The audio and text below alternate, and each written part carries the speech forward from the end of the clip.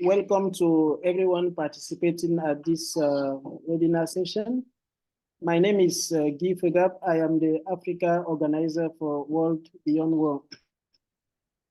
The webinar we are organizing today is following the week-long action that we have, the Global Week of Action Against Gun Violence. This initiative was initiated by IANSA that we have the chance to have on this webinar today. And in Central Africa, we know the problem is very concerning. We have about 10,000 small arms and light weapons in circulation. And in Cameroon, the proliferation of these weapons is on the rise because we have ongoing armed conflict in some parts of the regions, like in the Northwest and the Southwest region. We also have the Boko Haram incursions, that is in Nigeria and neighboring country Cameroon, and also in the far north of Cameroon. And we are convinced that we can only be safe if the weapons are eradicated, because these war are being escalated because of the presence of these weapons that are very accessible. So during the week action that I mentioned, a number of activities have been carried either in Cameroon, in Africa, and in several parts of the world. So the webinar we are organizing today, we have about 1 hour and a half online for this webinar. We have experts working on the issues of illicit proliferation of arms and the small arms and light weapons that will be reflecting on what is being done to eliminate the proliferation, eliminate the small arms and light weapons. So as speakers today, we have Ejin Galim Nudin, who is an experienced civil society expert with over 20 years proven track record and accomplished leader in national and international evidence-based policy making and civil society advocacy, and in a variety of sectors, including arms control, security sector, peace building and conflict in management, human rights, youth and gender, elections monitoring, development effectiveness, and international agendas such as the Sustainable Development Goals and the African Union Agenda 2063.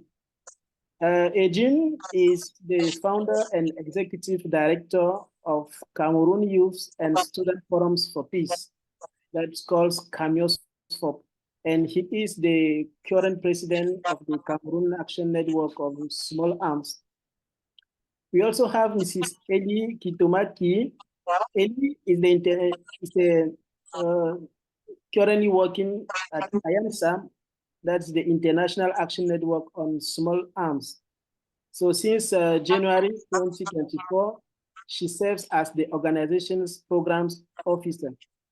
Her responsibilities include facilitating networking between IANSA members and other stakeholders. And she is the coordinating civil society participation in the UN meetings on small arms. Mrs. Eli has over 20 years of experience in conventional arms control, mostly linked with the UN Program of Action on Small Arms and the Arms Trade Treaty. During her career, she has held various positions, for example, at the UN Regional Center in Asia Pacific, UNIDIR, and the Small Arms Survey, and provided different services to various actors and organizations, from Chatham House to use the Department of Energy. Welcome to this webinar, Eli. We are happy to have you here. We also have Josephine Alabi. Josephine is the Executive Director of Kin and Care Initiative Nigeria. She is a project management business development consultant. Her organization is a member of some various organizations such as International Action Network on Small Arms, IANSA, Gender Equality, and Network on Small Arms Control, that's GENSAC, and many others. She was trained on different fields with a first degree in pure and applied mathematics, postgraduate diploma in economics, and higher degree in economics. She has different professional training too in some other fields, both within and outside Nigeria, to boost her expertise. So you are kindly welcome, Josephine. We also have here Edwig Majimure. Edwig is a humanitarian and disarmament advocate. Her journey in disarmament started in 2018. In 2022, Edwig published a report on the link between militarism, climate change, and resources exploitation in Africa. She has been actively engaged in disarmament advocacy at national, regional, to international platforms. We are well welcome to you here, Edwig, to this webinar. So the format of our conversation, we have some questions that we'll ask to experts who are participating, who are speaking on this webinar. They will provide the insight and reflection on some specific questions. And we have a chat that can allow for participants to introduce themselves, that can help in asking questions. So if you have any question, you can post it at any time in the chat and we will read it to our speakers today.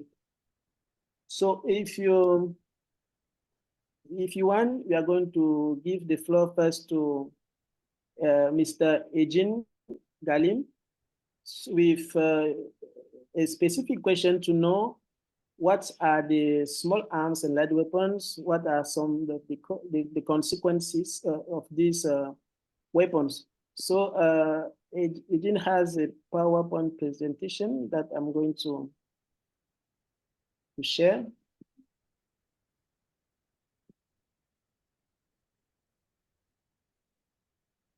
So can you see my screen? Yeah, thank you. Thank you, Guy.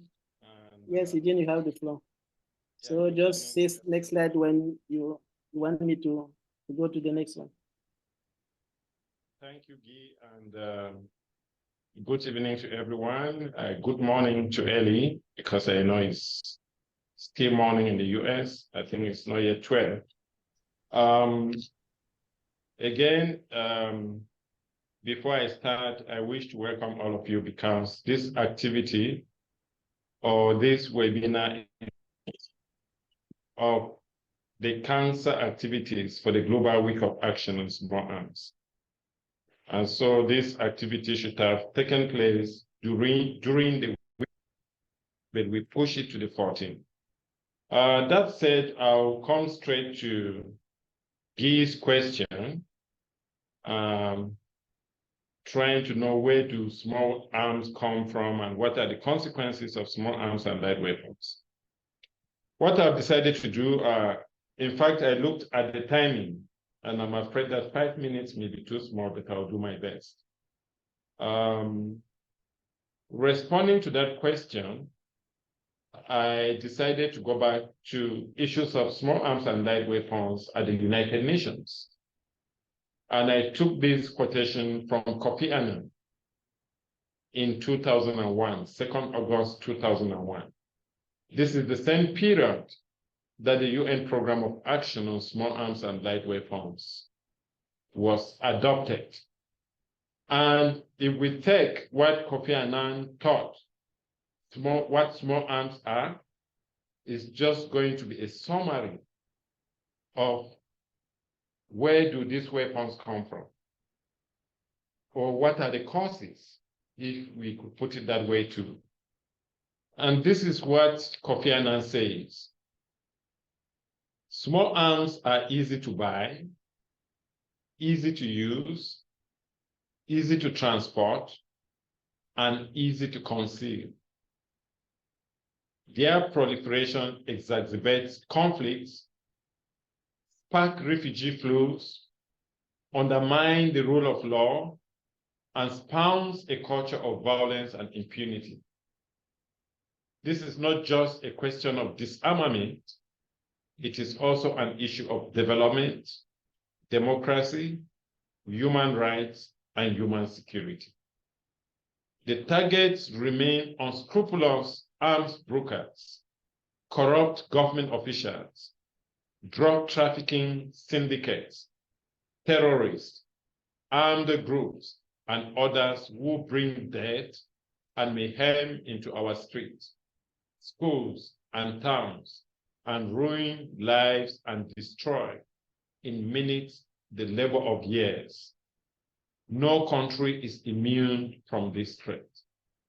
So, looking at this quotation, you bear with me that it's a summarized response to Guy's question to me on trying to know where these weapons come from and the consequences. This is just a summary of that. And again, just to say the phenomenon of the illicit proliferation of small arms and light weapons is a very complex one, as these weapons could penetrate even iron walls, even if walls are built with irons. These weapons could still penetrate those walls. So therefore, it is a very complex issue. Can you move Guy with the slide? Guy already presented some of the statistics, and to say within Africa, we have about 40 million of these weapons. In West Africa, about 15 million. In Central Africa, about 10 million. And in West and Central Africa, there are two types: locally, artisanal, and industrial weapons. Again, just to say these statistics are a bit old, so we may have more than this number that is presented here. And in Cameroon, of course, there's no real statistic that exists, and I think this is a challenge.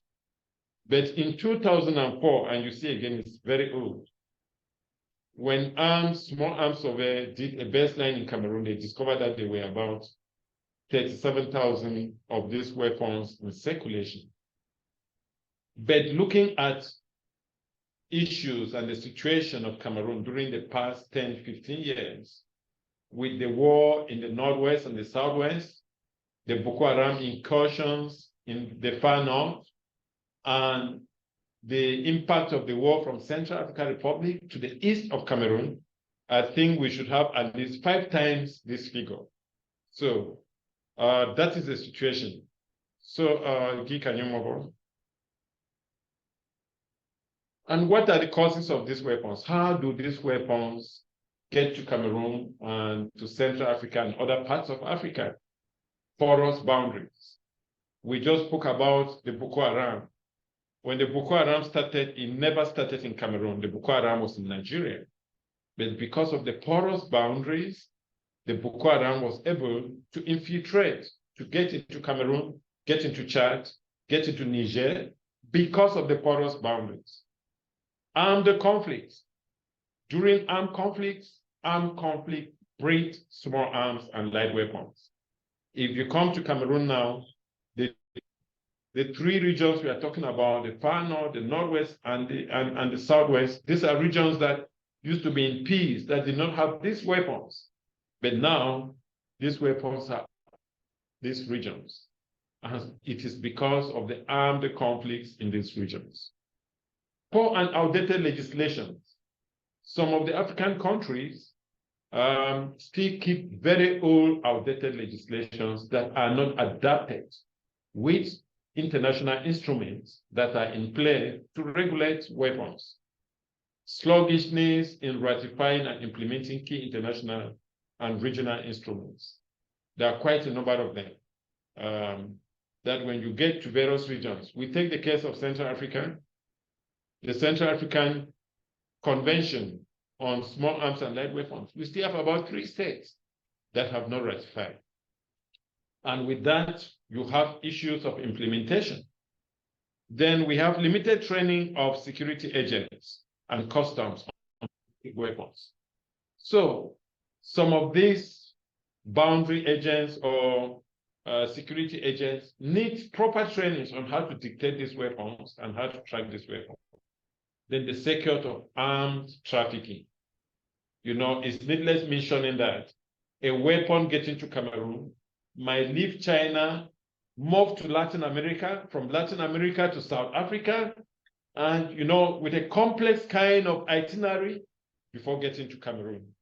And of course, it becomes difficult to trace how that weapon managed to have got to Cameroon. Lack of marking of weapons supplied to governments.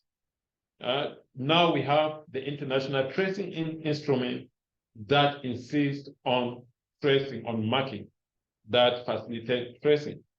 But before, sometimes it was difficult.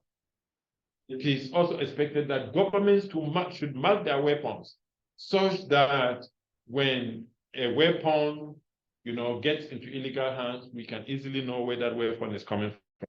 Now, complicity between military and armed gangs, you know, that is regular, is frequent, especially in countries where you have armed conflicts. There is that complicity where some military sell weapons, they sell ammunition, and, you know, the population keeps wondering where the gangs are getting the ammunition from. On control stockpiles, we've had that in South Africa. I think once, about 10 or 15 years ago, Cameroon had experienced an explosion in one of its stocks. We've had this in Equatorial Guinea. We've had this in Congo, Brazil, and the consequences are always very disastrous. And above all, economic benefit, trafficking and smuggling of small arms, you know, is a market, a kind of market that is, you know, very prosperous market. So can you move on, Guy? Now we're looking at the consequences, and I again take Kofi Annan. And this is what Kofi Annan said during the Millennium Declaration. The proliferation of small arms is not only a security issue, but also a human rights and development issue. The proliferation of small arms supports and aggravates armed conflicts. They put in danger agents for the maintenance of peace and humanitarian workers. They put in danger the legitimacy of weak governments and profit terrorists and other organized crimes. This is a summary of the consequences of small arms and light weapons. Mobangi. So we'll just talk in passing. The opportunity cost of arms transfer, you know, is that if conflicts, these arms, they fuel conflicts, and that's of course a serious consequences of these weapons. Widespread small arms availability and their misuse catalyzes and perpetrates armed conflicts. So when you have these weapons in a conflict situation, the conflict, you know, it generates momentum for the conflict.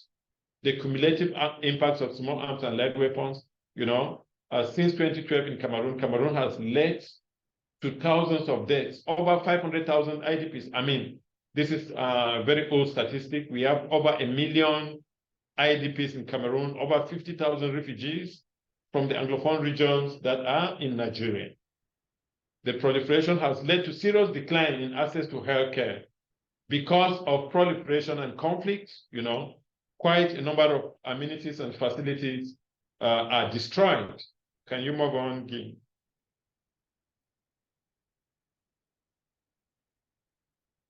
Because of armed conflicts and because of the use of these weapons, one of the consequences is, you know, sexual violence, you know. And I was given an example here of a 15-year-old in DRC. Then, because of proliferation of arms, the forces involved, either government or armed groups, are responsible for ambushing international human rights and humanitarian law. So you find both government and the gangs, they trample on this, on the international humanitarian law. Laws, regulation, and training courses for police and other law enforcement often ignore the eliminatory rules agreed internationally for their conduct. Can you move on, Guy? And like we said, arms breed all sorts of rebellions. The moment weapons get to illegal hands, it becomes a cause, of course, for rebellion. And, those who are in possession of these weapons, they see resolution of conflicts only through the weapons and not through dialogue or whatever, crime-ridden society. So the society becomes crime-ridden, insecurity and so on. Perpetration of other forms of organized crimes, when these weapons are in illicit hands. Illicit movement of arms aggravate the impact of its usage, you see. So once you have illicit weapons, it aggravates the usage. And it's a serious consequence because these obviously affect vulnerable groups such as women, children, the elderly, and the physically challenged. Guy, can you move on? And in conclusion, since small arms and light weapons is the most complex business in the world, the arms are easily accessible and very difficult to control once in illegal hands. Prevention is 100 times better than fighting existing weapons in illegal hands because it could take so many years to eliminate those weapons from circulation. Thank you so much, Guy. Thank you to Adrian for this wonderful presentation on the causes and the consequences of small arms and light weapons. Where do they come from? You could find it from your presentation. So we are now going to hear from Eli from IANSA, who is going to tell us about the work that CANSA is actually doing on the ground with its organization members.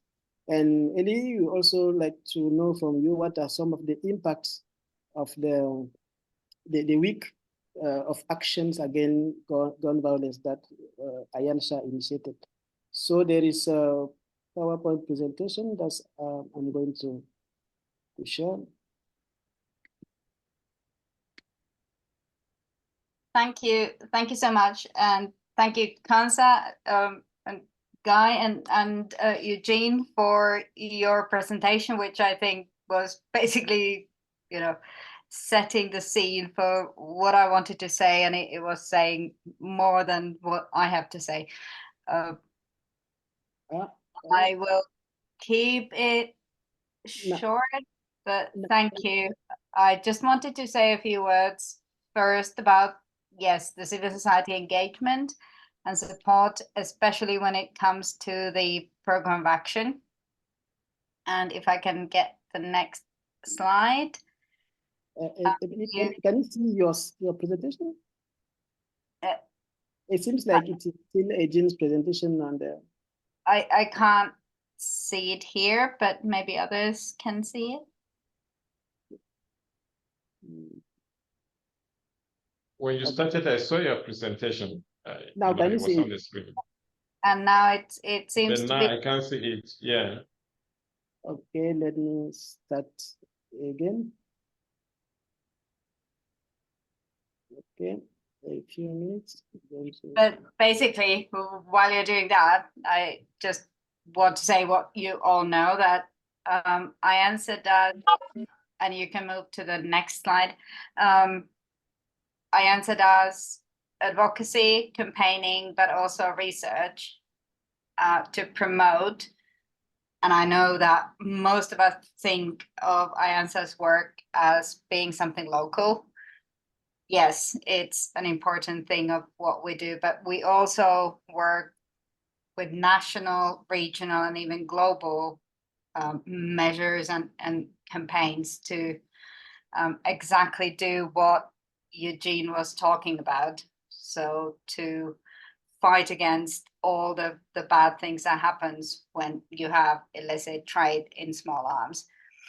So here on this slide, yeah, it's kind of obvious that we work to reduce the demand for small arms. I think that's also crucial because we don't always think about it from the sort of grassroots level.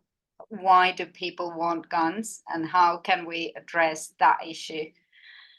We also need to push for improvements to regulate what we have at national level, especially in terms of gun laws and how to control civilian possession of weapons. And then to think about international controls. There's the issue of arms transfers. What can we do as civil society organizations to make sure that whatever arms transfers happen are within national and international legislation, and also something that, you know, human beings can relate to. But yeah, the last 2 points are very important for us, which is making sure that the voices of grassroots organizations and the most vulnerable groups are heard, and advocating the inclusion of different genders, youth, women, I should add, and gun violence survivors in policy processes are being taken into account. Next, please. So here are just some of our campaigns. So I answer campaigns this year. You might have followed our Global Week of Action. That was already mentioned. That unfortunately sort of has passed, but I think this event is a good example of how, you know, it shows it didn't have to end on the 9th of May, but yeah, it's still going on. We also had the Wear Orange Day to prevent gun violence, especially against women, and that was on the 7th of June. We have in 2 days, I think, the Day of the African Child. We have the International Gun Destruction Day, International Youth Day, and I think in addition to the Global Week of Action, the most important things are the Africa Amnesty Month, that will be all of September, and also the 16 days of activism against gender-based violence, that will be at the end of the year. So if any of you guys are interested in getting any sort of, it's going to be small, but any support in organizing activities around those, we'd be happy to receive your applications. Next one. Oh yeah, these are just things to show the kind of things that our amazing members like you are doing and have done. You'll see well, basically we're working in 3 languages, which is English, French, and Spanish, but we also have some Arabic speaking members. So it's just to show you what we're doing. And again, if you're not part of our network, like on Facebook, on Twitter, which is now X, or other Instagram, please join us. Next.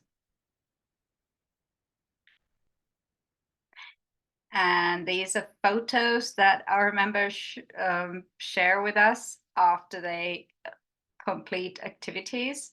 And these are always good also to just promote our vision to everybody else. So if you've done activities during the Global Week of Action or anything else, just please share your photos with us so that we can share them with the world. Next. And as I was saying, I mean, IANSA does advocacy and campaigning, but also research. And this is why I wanted to maybe this particular presentation to end with a glimpse of our recent publications, because we also do research. So you can find all of these on our website at iansett.org, but it just shows you we're working on looking at, like, the latest is the human, economic, and social costs of small arms violence, which was just published in May. We did a paper towards the RepCon. Do you know the RepCon is next week? So it's a guide for everybody to get involved. We're doing a lot on youth mainstreaming, gender-based violence, and all sort of also technical things like how to better do transfer controls. What can we tell states what they should do? And all these are available on our website. Thank you. Next. But I think now it's going to go to my next presentation, so I might leave it there. Yes, thank you. Thank Ellie. you.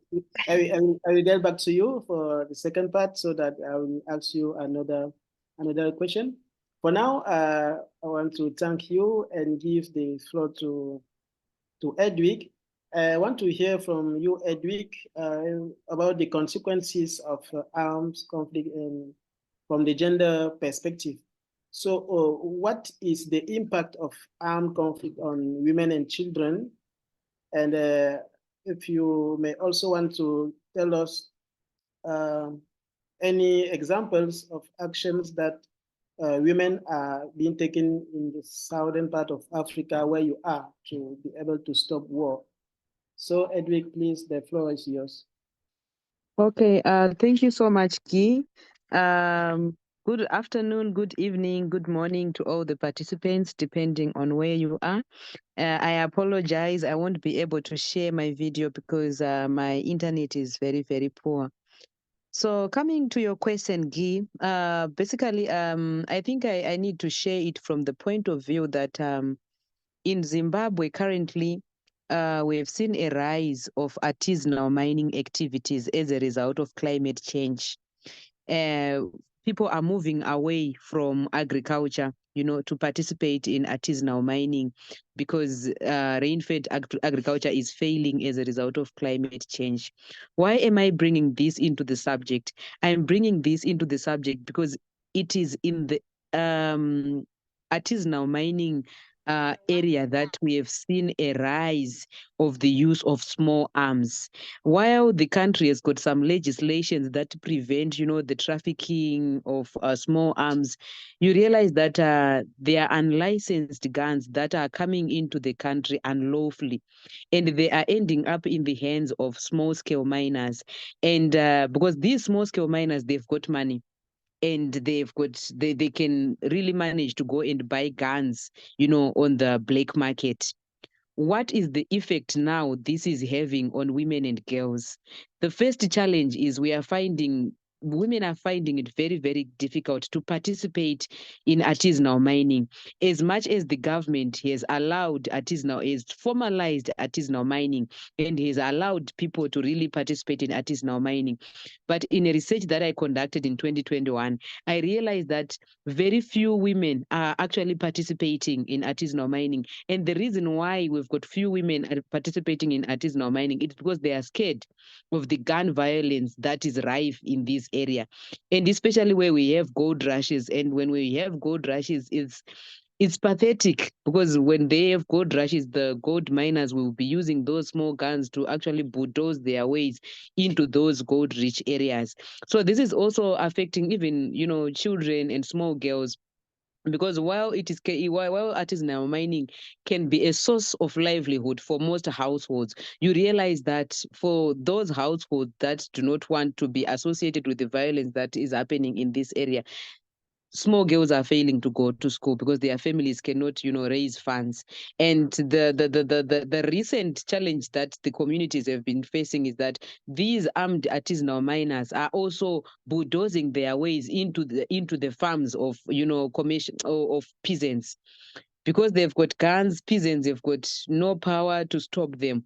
So in as much as they were going to just try and, do some drought resistant, farming, it's very complicated because armed artisanal miners are coming in and they are bulldozing their way into the farmers of the peasants, which is also really a challenge. So women are failing to participate equally with men in these alternative sources of livelihood because of armed violence, while also households are also a threat because for those armed, miners, some of them that are criminals, when they fail to get money in the gold in the mines, they are actually, embarking on robbing, coming into the households and robbing and raping women and girls. There have been so many cases where robberies are happening in households where we are having women and girls being raped.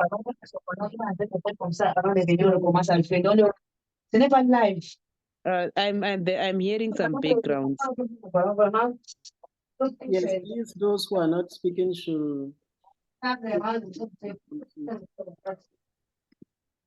Okay, yes, So, okay, fine. So I was explaining how also armed robberies are now very, very common. And in these robberies, we are having very many cases of women and girls that are being raped during the robberies. And I also wanted to highlight that when it comes to possessions of small arms, while some are finding their way into the country illegally, we will discover that there are also some guns that are coming in from the law enforcers, which is becoming a problem and there are also some robberies that are also being done by members from the law enforcement, which becomes a challenge because, if you see the people that are supposed to be enforcing the law are now abusing the access that they have to arms. So that has been a problem. And for some time, and what the government did right now, they've got some measures that they've been taking to ensure that if I'm a police officer, maybe if at the end of my shift, I'm not supposed to carry my gun out of the police station. Yeah, as much as those initiatives are may be helpful, but we've got other officers that are actually, taking away the weapons from the station without, approval, just to go and commit crimes, out there. So the effects of arms proliferation in our country are very rife. And yes, women and girls are actually bearing the brunt due to the high criminal levels that we are experiencing in the communities and in the various sources of livelihood where people will be trying to earn a living. Just like I've highlighted how artisanal mining was supposed to be a source of alternative livelihood for communities that are bearing the brunt of climate change. But we are seeing that women cannot fully participate in this sector due to the armed conflicts that are happening. And, as women and girls, they are vulnerable to such kind of acts. And more importantly, like I also highlighted earlier on, that armed conflicts are also contributing or enabling sexual violence to happen. And in these sexual violence, women and girls are the main, victims. And also, before I end my presentation, I also wanted to indicate that most of these armed gangs, they seem like they are above the law. So for the women that have been sexually assaulted, some of the cases are going unreported because of the fear that this person has got a gun. So if I go to report to the police, what then will happen to me? So that's really a challenge that women and small girls are facing. And in some cases, you only realize that this girl was raped when she's pregnant. So in those cases, in those cases, when you really try to trace them, it's very difficult because the victims are afraid of, reporting the cases. So yes, those are the effects that I can talk about now, Guy, on how armed conflict is affecting our communities, focusing mainly on the grassroots communities, because these are the people that are really facing, most of the challenges of illicit trafficking of arms. Thank you. Thank you so much, Edwig. It is really sad what women and children have to suffer because of this weapon, and most sad, often as they can't complain because of retaliation and reprisal that they are afraid of, and that the fact that the policy is not also effective, not effective to address the issue is also a problem. We are going to hear from Josephine from Nigeria with the same analysis on. First, we would like Josephine to tell us what your organization, Kin and Care Initiatives, doing on the fields of arm control. And we also want to hear from you about some what's happening in Nigeria in terms of consequences of circulation of small arms and light weapons. Thank you so much, Guy. I'll say that, let me start it the other way around. Nigeria is no different from everything that previous presenters have said. In Nigeria, we have various issues in the sense that we have border issues. For instance, our borders are so porous, and we have over 1,000 entry points, whereby it's easier for any harms to be moved from any part of the country. That is one. Two,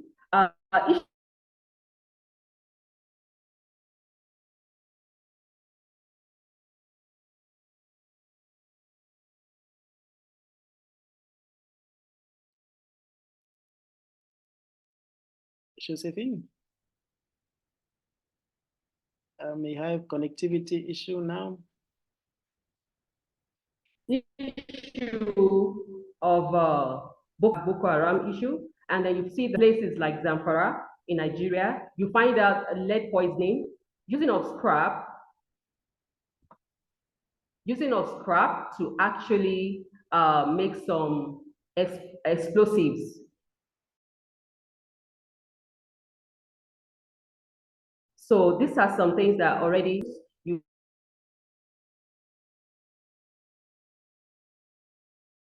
find out some explosions that are sort of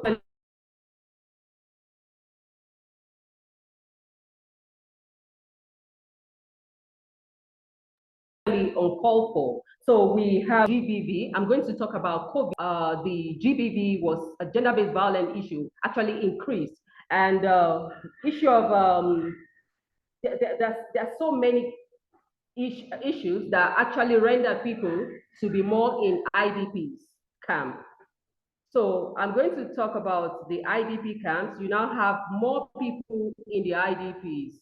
And you also see that some of these people in the IDP camps, they are vulnerable in the sense that it's not easy for them to even say that they want to go back to their homes, but they are comfortable in the camps. At the same time, there are lots of challenges to they're actually going on there too, because you see there are some attacks, probably in the night, some people coming to steal from them. So it's really so sad that if care is not taken, we might lose it all. But some of the things that my organization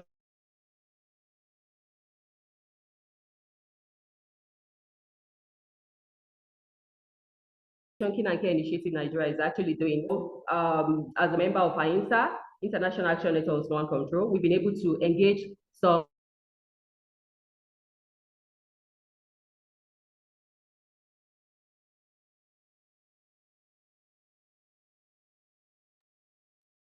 we've also done some things with GenSec because, and we've been, Also, issue of masculinity is also some of the things that we actually see in the work.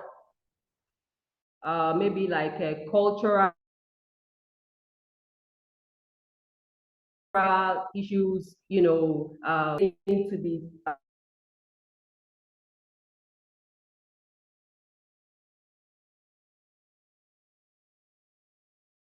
somehow, and of the multi-diverse ethnic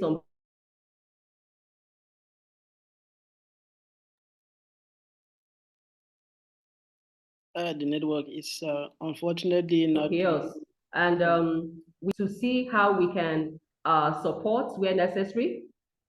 Can you hear me, Kay? Yes, now we Can lost you hear you me? for a few seconds. Now we can hear you. Oh, so sorry about that.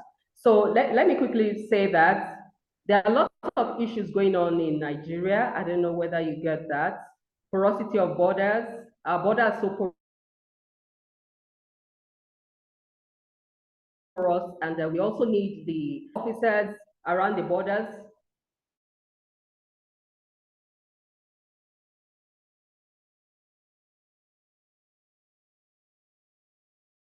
to actually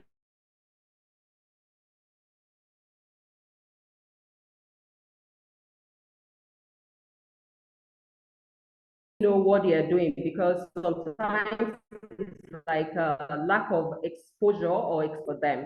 And porosity of those rocks. So it's a cartel. For mining, artisanal miners issues, it's something that is really trending, and some explosions are also some of the challenges. Farmer headers clashes are some of the things that we have in the country. Somewhere like a Benue State, you see that people are running from they are fleeing from their community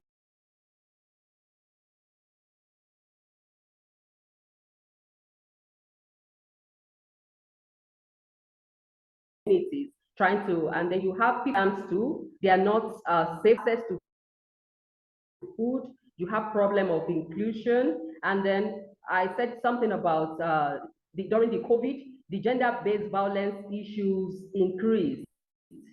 And some of the things my organization actually already doing, or we've done lots of campaigns as a member of IENSA and also part of GenSec. We've been part of, we've done some campaigns. We've been able to get some things done in the grassroots, because we believe that if you can, a lot of irregularities are happening there. And if you can get people in the grassroots, you can sort of like sensitize them. And we believe so much in addressing issue of masculinity, which are some of the problems that some people felt that, yes, it's really bringing negative thoughts. So I don't know whether you've heard some of the things I've said Yes. earlier on, and is some of the things that I would tell you that we're really facing. I mentioned data issues, porosity of borders, inconsistencies of our policies. Okay, because if you need to meet up to the global standard, we need to work. And I talk about drug trafficking. They work closely with small arms and light weapon trafficking, and then the Boko Haram, farmer headers clashes, boundary issues, and of course, my organizations, we've been working closely, and then we've been doing lots of campaigns with support from IENSA and from GenSec and some other partners. Thank you so much. Thank you so much, Josephine. With your summary you just did, we could hear very well. The connectivity was not so good at the beginning, but at the end, we got important key highlights of your intervention. That's great. And I want to say that we have a chapter of World Beyond War in Nigeria. The chapter coordinator is on this call, Obijen. It would be good to know what World Beyond War is also doing in Nigeria. And about the issue of masculinities, we have WILF, the Women's International League for Peace and Freedom, that works in these issues in Nigeria and Cameroon. Those chapters are doing coordinating an initiative of mobilizing men for feminist peace. That would also great if you in Nigeria could also know what WILF is doing there and maybe see avenue of collaboration there. Yeah. I will now, That would be great. Thank yes, I will now invite Ellie once more to.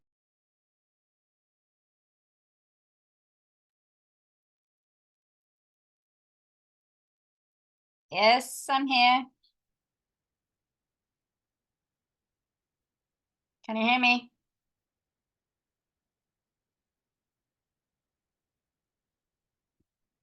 Yes, thank you, Guy. And thank you, Josephine, for a very enlightening presentation.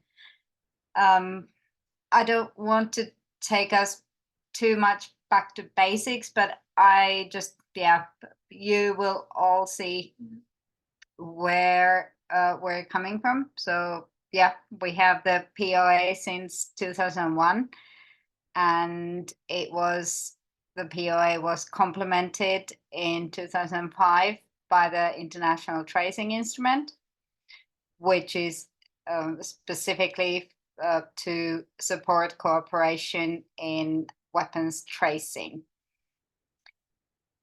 And also, as I think we all know, the POA is followed up by both biannual meetings and review conferences.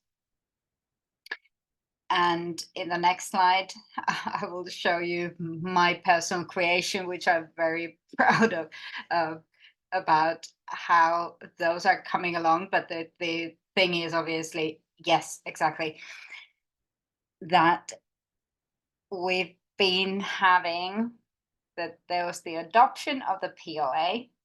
Then we had RevCon 1, we had the BMSs, we had meetings of governmental experts. I don't know if you know about them, but they're like technical meetings on certain issues within the POA that states said would require more focus. And right now, as we can all see, we're at 24. We are approaching RevCon 4 next week. And then the future is somehow, well, I put BMS 9 and BMS 10 there, but I think that's still somehow it's being discussed because it's going to be part of the outcome document, whether these are going to be biannual meetings or actual meetings of governmental experts on certain things. Like right now, it's about technical developments in small arms control.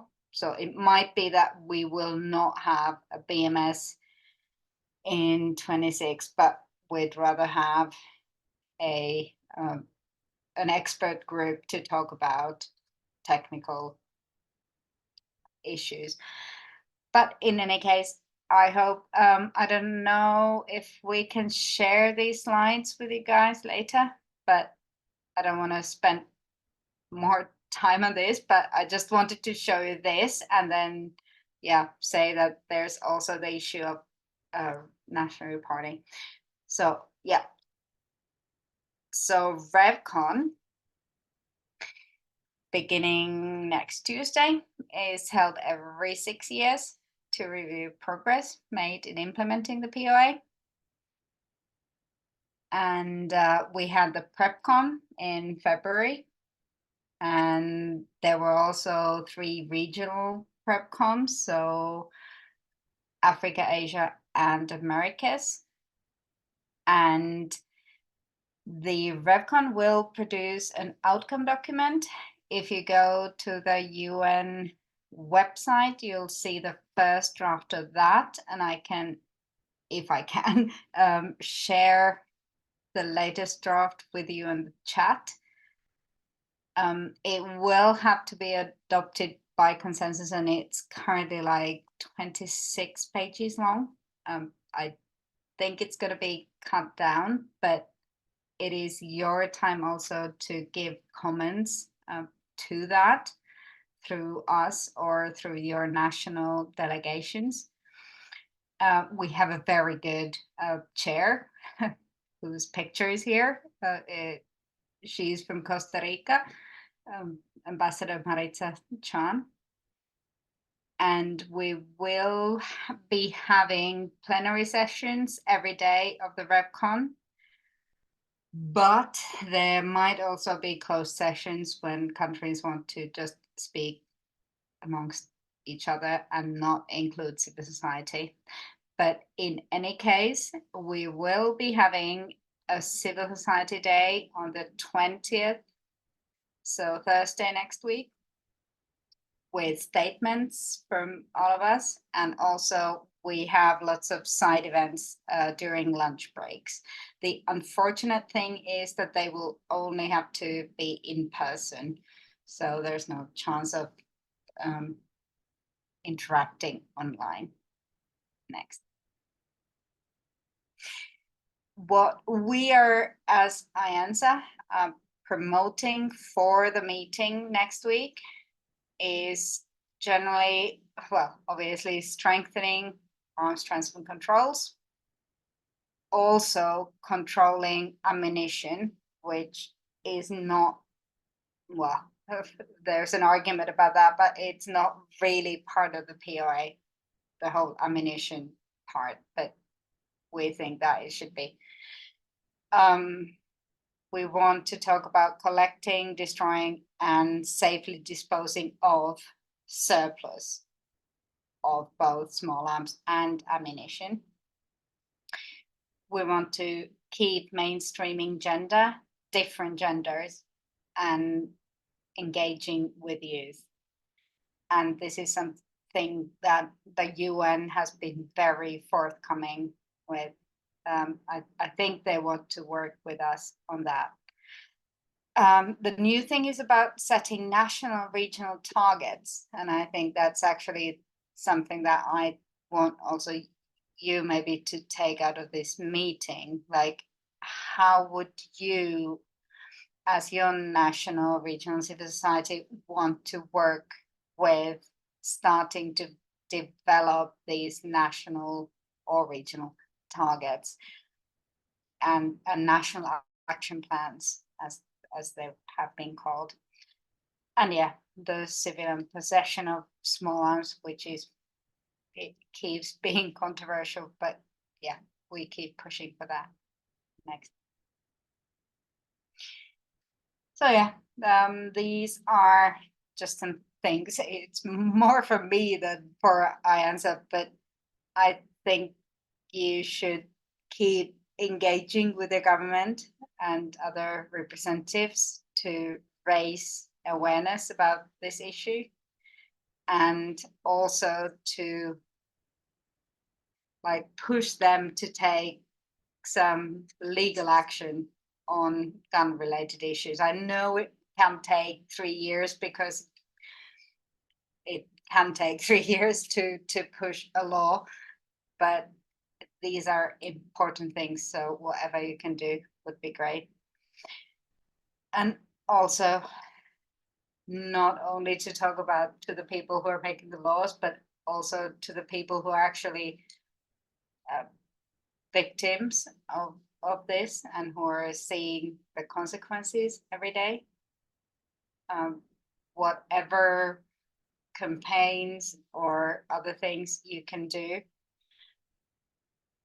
with your communities, that would be super important. And again, as I said in the beginning, if you have any ideas about campaigns or some things that would require some extra funding, please just send us an email, and we'll look into it and we'd be happy to support you.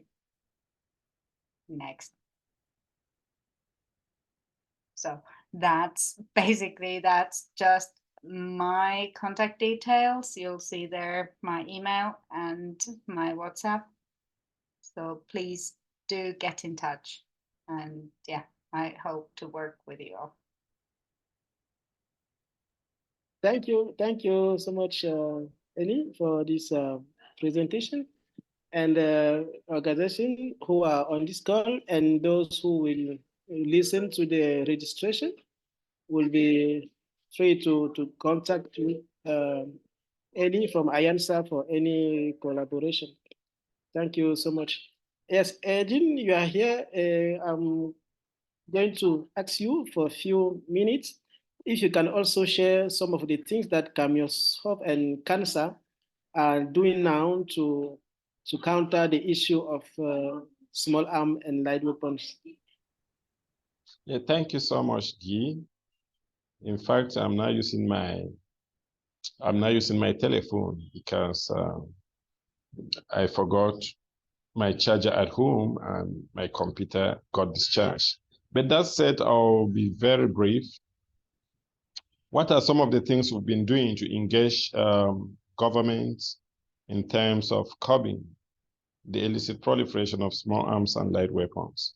I think one of the first things that we do, and which of course is the role of the civil societies, awareness raising and advocacy. And of course, it's not just been CAMIOSHOP, so it's been CAMIOSHOP, it's been CANSA, and other civil society organizations working on small arms and light weapons issues.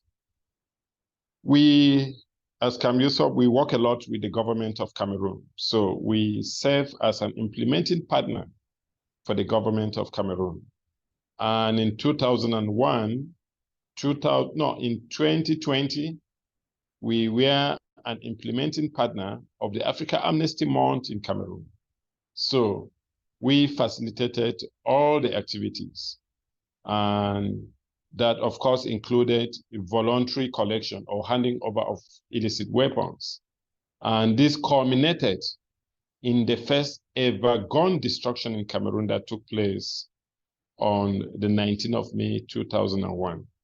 Apart from that, recently, we have also been facilitating the implementation of a new UN project known as Salient. Salient is Saving Lives entity. And in Cameroon, the pilot project for Cameroon was focused on mainstreaming women and youth or gender in the control of small arms and light weapons. And in fact, I was the national consultant for this project and did a baseline, did a study on the involvement of women and children in Cameroon. And the results of this study today is helping to develop a project, a long-term project of about 3 years on the implementation of Salient in Cameroon. Of course, Salient is a project which is aimed at mainstreaming small arms in development policies. So it's not just about armed conflicts, it's not just about the illicit proliferation of weapons, but it's also about making sure that every policy, every national policy takes into consideration issues of small arms and light weapons. We are also involved in engaging the member states of Central Africa in the universalization and the implementation of key arms instruments. We were able to engage the state of Cameroon in ratifying the ATT, the Arms Trade Treaty, in 2018. And this was thanks to support from the VTF and also from the Swiss government, thanks to IANSA that facilitated the funding from the Swiss government. We have been involved in quite a number of capacity buildings, especially with the support of the ONSCA grant. And of course, in 2018, we were able to build the capacities of the 7 state parties of the Kinshasa Convention on the use of mosaic in the implementation of the POA and the Kinshasa Convention. In 2021, we were able to engage the 11 member states of ECAS on data collection on SDG 16.4.2. And in this light, we were able to do a baseline on the implementation of small arms and light weapons through the data that was collected and analyzed. We also had a regional workshop on data collection on SDG 16.4.2 on small arms and light weapons and the international tracing instrument. In 2022, through ONSCA, we developed a reporting mechanism for the POA and the Kinshasa Convention. And we hope that through this template that we developed, we'll be able to generate momentum in reporting by the 11 member states of Central Africa. And just recently, in April, we trained the 11 member states of Central Africa on physical security and stockpile management of weapons. And of course, as a tool for the fight against diversion, because most of the weapons that get into illegal hands or are diverted in Central Africa, most of them, sometimes, let me not say most of them, but sometimes some of these weapons, they come from our national stocks. And that therefore deserves or requires some training on how stocks should be managed. Apart from this, we started a course on arms control, known as Certified Course on the Diplomacy of Arms Control, Non-Proliferation and Disarmament. And we started this course 3 years ago. And this course is done, piloted by Cam Yusuf in partnership with the International Relations Institute of Cameroon, the Regional Center on Small Arms and Light Weapons in Nairobi, the UN Regional Center for Peace and Disarmament in Lomé, and the UN Office for Disarmament Affairs. So this year we are moving to the 3rd edition of this training. It's a training which is aimed at building the capacity of mid-term executives and civil society on the various domains of small arms and light weapons. During the 1st edition, we were focused on diversion, small arms and light weapons and diversion.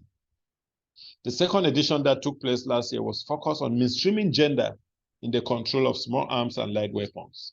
And this year, we will be focusing on arms and ammunition, the management of arms and ammunition, or weapons and ammunition in the context of the DDR. So basically, these are some of the things that we do in terms of contributing to the eradication of small arms and light weapons in Cameroon and Central Africa. Thank you, Guy. Thank you so much, Edin, for congratulations for all this good work. And we hope for more mobilization and at the end to have more destructions of these weapons. For me, it was very great activity to have this destruction of small arm and light weapons. We need to have more editions of this activity that is really direct and focused, so that we see that we are putting an end to the small arm and light weapons. Yes, I will now also ask a question to Edric in a few minutes. Edric, are there in Southern Africa, your country, instruments in force, and what are they aimed at? Are they aimed at controlling or eliminating the small arm and light weapons? And possibly, if you have some recommendations, you are welcome to know about them. Edwick? We are missing Edwick on the call. Yes, Edwick is not here.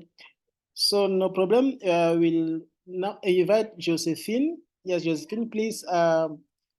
As we heard from Adrian, some of the things that they are doing in Cameroon, we also want to hear about what GenSac, because you told us you are also part of the GenSac network.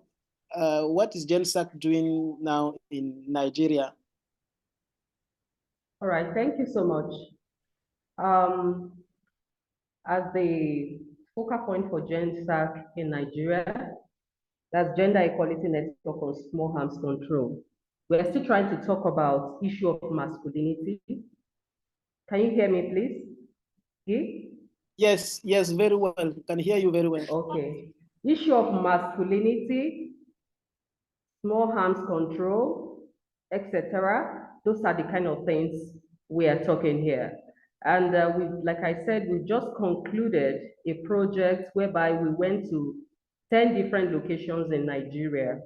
We work with women, we work with the young people, and we work with men also to get champions. For GenSac, I'm one of their ambassadors. I'm also the ambassador for the youth in Africa.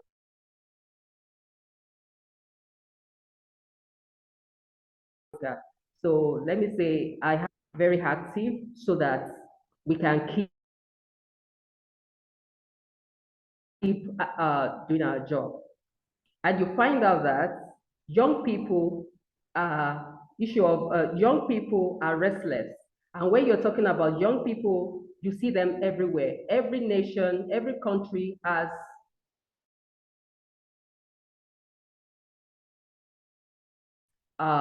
more young people that young people are doing. And you can also talk about what women are doing. I think we're going to have a very safe place. So GenSac in Nigeria, can you hear me, please? Yes, we are hearing. Okay. GenSac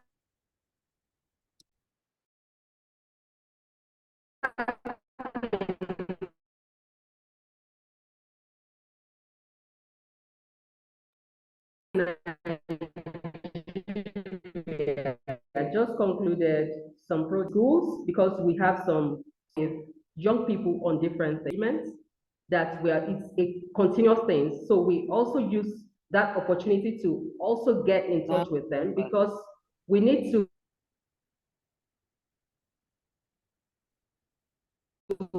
we try to use bottom to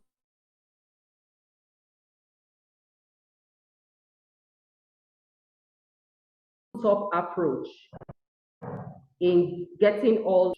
Then we actually so it's more or less like engagement with the security as one of our programs.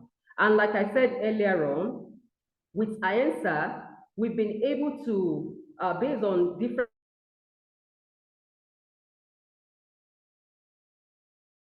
campaigns we've done for over 8 platforms to engage. So continuity of it is something that is making our work to get better. And I will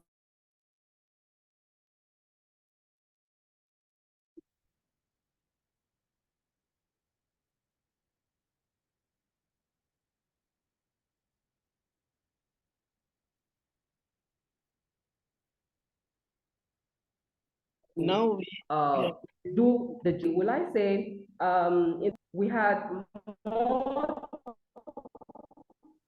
600 people that already now are champions. So with that, we can say that, yes, we are actually bringing more results to the table, unlike before. And it has to be a continuous thing. Then I'm going to talk briefly about GenSac, please. You know, GenSac was actually formed in Berlin, and that was before the COVID. So I'm still going to be talking about COVID-19 and some other things. You know, during the COVID, there were more things that sort of like were happening. So during the COVID, of course, we were actually on ground working, both for GenSAC, both for INSA. We are actually on ground, we're on ground to work and to keep engaging with people. So we were using different platforms, social media, we use different WhatsApp groups, because that particular time, you know that you cannot relate with people. Of course, Zoom meetings were some things that were different innovations, you know, came on board. And will I say we've been able to have several engagement synergy, also inclusion in some of our activities, so that we ask lots of IDP interventions, and not even just talking about the talk, but to actually see how we can also train them, because you know it's easier for someone that is jobless to be carried away by all these bad habits, you know, small harms, proliferation. Just when you ask some of them, why are you involved in this bad act? They're going to tell you because of poverty, because they don't have money. So what my organization is also doing, issue of a skill acquisition, is something that we are also doing in Nigeria. You know, when whereby we try to also collaborate with some partners in training different youth, women, and children. And because you find out that when you're talking about small harm issues, you have young people, you have children as carrier, even illicit drugs, weapons, you have different carriers, you know. So we try to engage, we try to sensitize people, and working with the community leaders, women leaders, etc., to make sure that we can get positive results. At the same time, of course, there are different challenges, and we've also been to different fora whereby we, at the ECOWAS UNIDA event, whereby I was there to actually represent, to speak on different issues, challenges, and opportunities to promote women participation and control within West Africa, things on disarmament.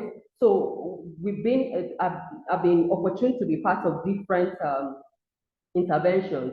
Also the one by the African Union, you know, talking about the best practices in alternative approaches to prevent violent extremism, because that's a PVE.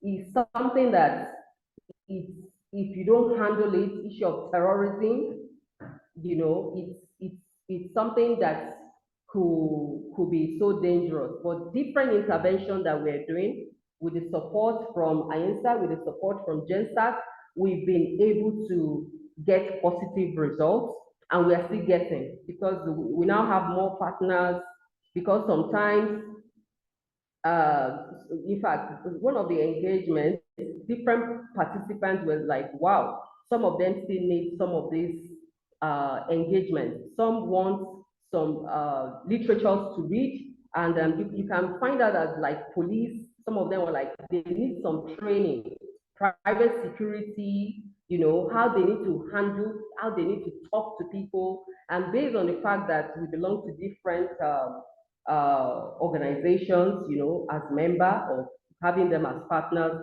we also getting continuous training. So there are different step-down training that my organization is also stepping down and willing to continue doing, and etc. Thank you so much. Hello. Thank you. Yes, thank you so much, Josephine, and Okay. we are happy to hear from you about this Thank you so brilliant much. work that you are doing in Nigeria, and also giving these opportunities for, as the webinars today gives the opportunities of connecting with this organization, GenSAC, IANSA. I think we will use this opportunity to connect and to make the world better as we want to see. Thank you to everyone. I would like to give the floor to anyone who may want to ask a question or comment on any of the issues that we raised today.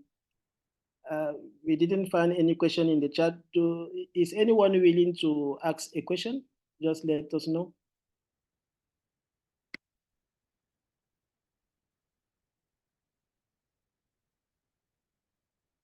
Yes, Charlotte. Charlotte has a hand raised. Yeah, good afternoon, good evening, everyone. Welcome, Charlotte. Okay, thank you. I'm sorry. I was having network problem, and there was power cut here, so it was difficult for me. That's why I joined the meeting very late. But I've really appreciated all the information what have been shared with us. And I am speaking on behalf of a World Beyond War chapter in Togo. And I think we learned a lot about what Yansa and Gensac are doing. I know, I mean, little about Gensac, but this has also given me the opportunity to also hear about Yansa. My brother Guy, maybe later I will engage you on a way forward, particularly concerning my chapter in Togo, on a kind of collaboration or relationship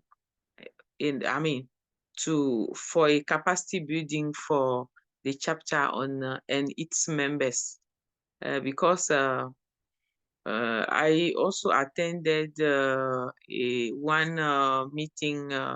When was that? Organized by Razalao, and they were also talking about Yansa there, and it was in the framework of the 1 week campaign against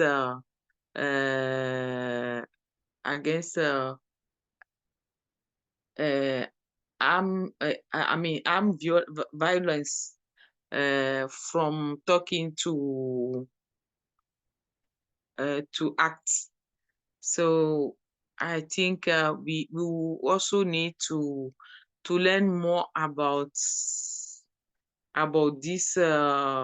this commemoration, so that we can now see how we can also interact with local organization or local structures of Gensac and Yansa. Thank you very much. Thank you so much, Charlotte. Of course, we are here to address any requests that you may have. So, for instance, this one is particularly important.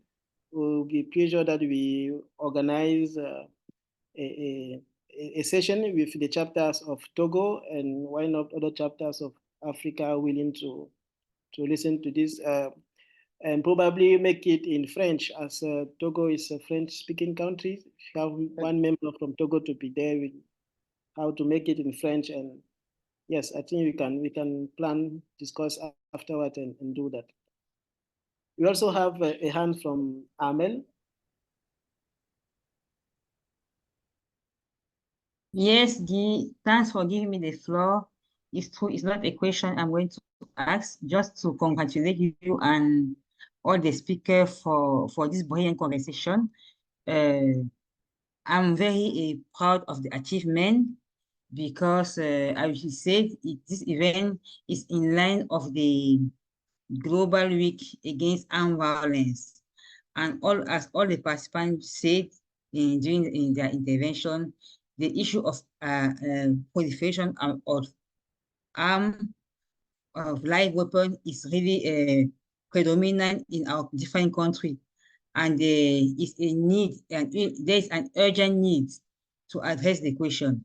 And during the intervention, we were able to gather experience from different countries, different places in the world, and what I'm sure is that we are going to build on the best practices to come out with something strong to help us in our day-to-day work, which is to push away arm from our different countries, to be able to achieve our goals and try to build an Africa safe of armed conflict of arm. So thank you, all of you. Guy, can we? Is it possible for us to have the presentation after this session? Yes, I think we can do the picture in like 2-3 minutes. Thank you for your intervention, Amel. I will say that you are working for WILF as disarmament program coordinator, and you are also the focal point of INSAC in Cameroon. And we are happy to have you in Cameroon and to learn from your experience of what you are doing. Thank you so much for being here. So as we are moving forward to concluding this webinar, I would like to give 1 minute to each speaker to tell us what will be the world without weapons. Like concluding remarks, what do you think the world will look like if we don't have these small arms and light weapons? Maybe I will start with you, Ejin. Yeah, thank you, Guy. How will the world look like if we don't have these small arms and light weapons? I think the world will be a very beautiful place to live in, but unfortunately it will be difficult for the world to be without these weapons because governments have the obligations of having these weapons. The problem of the weapons is when they get into illegal hands. And so therefore, there is difficult to have a world without weapons. We'll always have the weapons. The issue here is when the weapons become illegal. I think the UN conference, the 4th review conference on small arms, is going to set the pace on expectations for the future when it comes to fighting against the proliferation of small arms and light weapons. And I do wish that governments, coalitions, and civil society like us should be able to engage with governments in the implementation of the decisions that are going to be adopted during the 4th review conference on small arms and light weapons. Thank you. Thank you, Edric. No, not Edric, Ejin. Yes, thank you, Ejin. I was looking for Edric, but it seems Edric is still not here. Yes, Eli, the same question. How do you think the world will look like if you don't have weapons? Well, it would look better if you ask me, but as was said before, honestly, as much as I would like to say that we can do it, I don't think we can achieve a world completely without weapons. We have them, but it's exactly the point of how we can make the legal trade controlled in a way that weapons do not end up in illicit hands and thereby in the hands of criminals, of terrorists, or people who end up using them against innocent civilians. Thank you so much, Eli, for coming to the webinar. Josephine, the same question. What world without? Wow. Okay, I think it's inachievable, but if you ask me, I would say it's going to be a better place, but we still need the weapons for protection, but it's just that we're having it in wrong hands of people. So that is the reason. Yep. Hello, can you hear me? Yes, we can hear you. Okay, so because negative people are using it, they are, the greedy people, they are making money from it, and then it's it's more or less like using it negatively, misuse of small arms and light weapons. So that's what we're having. But we still need it for protection, for different necessary things. But if we can have policies that work in every country, meeting to global standard, UN standard, AU standard, because African Union is always talking about silencing gun. But if we can make all those policies work, I think we will have a better place. Thank you.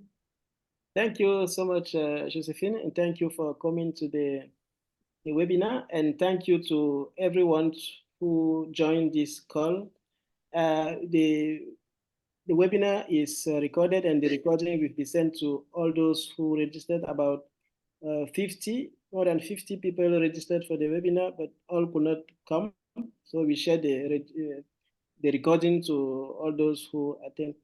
As Amel requested, we can take a photo of participant on the call. If you want to open your camera for a few seconds, we'll be happy to take a photo of participant.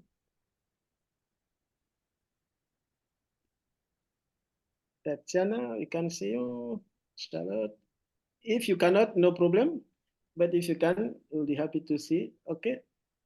I'm taking a 3, 1, 2, 3, and one more.